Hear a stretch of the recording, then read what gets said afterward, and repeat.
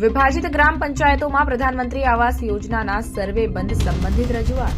ઝાલોદ તાલુકામાં પ્રધાનમંત્રી આવાસ યોજનાનું સર્વે ચાલી રહ્યું છે, ત્યારે તાલુકાની વિભાજિત અંદાજિત 30 જેટલી ગ્રામ પંચાયતમાં હજુ સુધી સર્વેની કામગીરી ચાલુ ન થતા ઝાલોદ તાલુકાના સામાજિક આગેવાનો દ્વારા ઝાલોદ તાલુકા વિકાસ અધિકારીને આવેદનપત્ર આપીને રજૂઆત કરવામાં આવી હતી।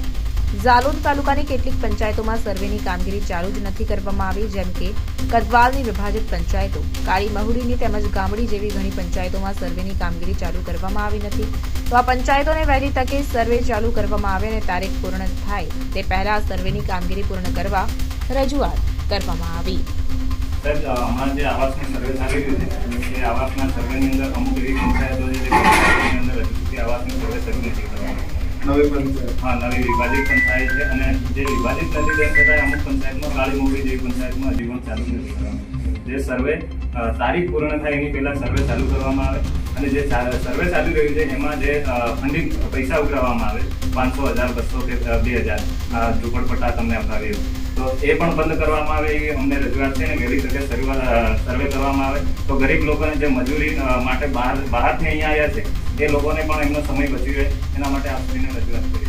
આજ રોજ ઝાલોદ તાલુકા પંચાયત મુકામે આવ્યા હતા અને જે આવાસનું હાલમાં જે સર્વે ચાલી રહ્યું છે એ સર્વે અમુક ગામડાઓમાં ચાલી રહ્યું છે, પરંતુ વિભાજિત પડેલી નવી ગ્રામ પંચાયતોની અંદર હાલ સર્વે બંધ છે અને તારીખ પણ લગભગ 15 ફેબ્રુઆરીએ લાસ્ટ તારીખ છે। તો સાહેબશ્રીને રજૂઆત કરી કે તારીખ જે લાસ્ટ તારીખ છે એના પહેલાં સર્વે પૂર્ણ કરી દેવામાં આવે અને જે સર્વે કરે છે એ સર્વેની અંદર અમુક લોકો તલાટી હોય, સરપંચ હોય કે કોઈ પણ વ્યક્તિ 5-25 રૂપિયા, 100 રૂપિયા, 500 રૂપિયા, 200 રૂપિયા જેવા ઉઘરાણી કરી રહ્યા છે, એ ઉઘરાણી પણ બંધ કરવામાં આવે અને વહેલી તકે સર્વે કરવામાં આવે એવી રજૂઆત કરી રહ્યા છે।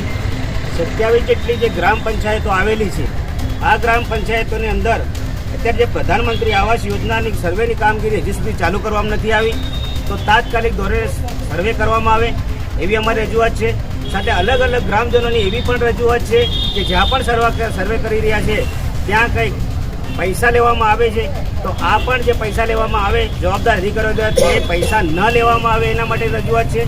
અને જે ટૂંક જ સમયનો ગાળો હોવાથી 15-2 સુધીમાં સર્વે કરવાનું હોય, જો આ કામગીરી જો પૂર્ણ કરવામાં નહીં આવે તો અમે ગાંધીજી માર્ગે આગળ વધીશું।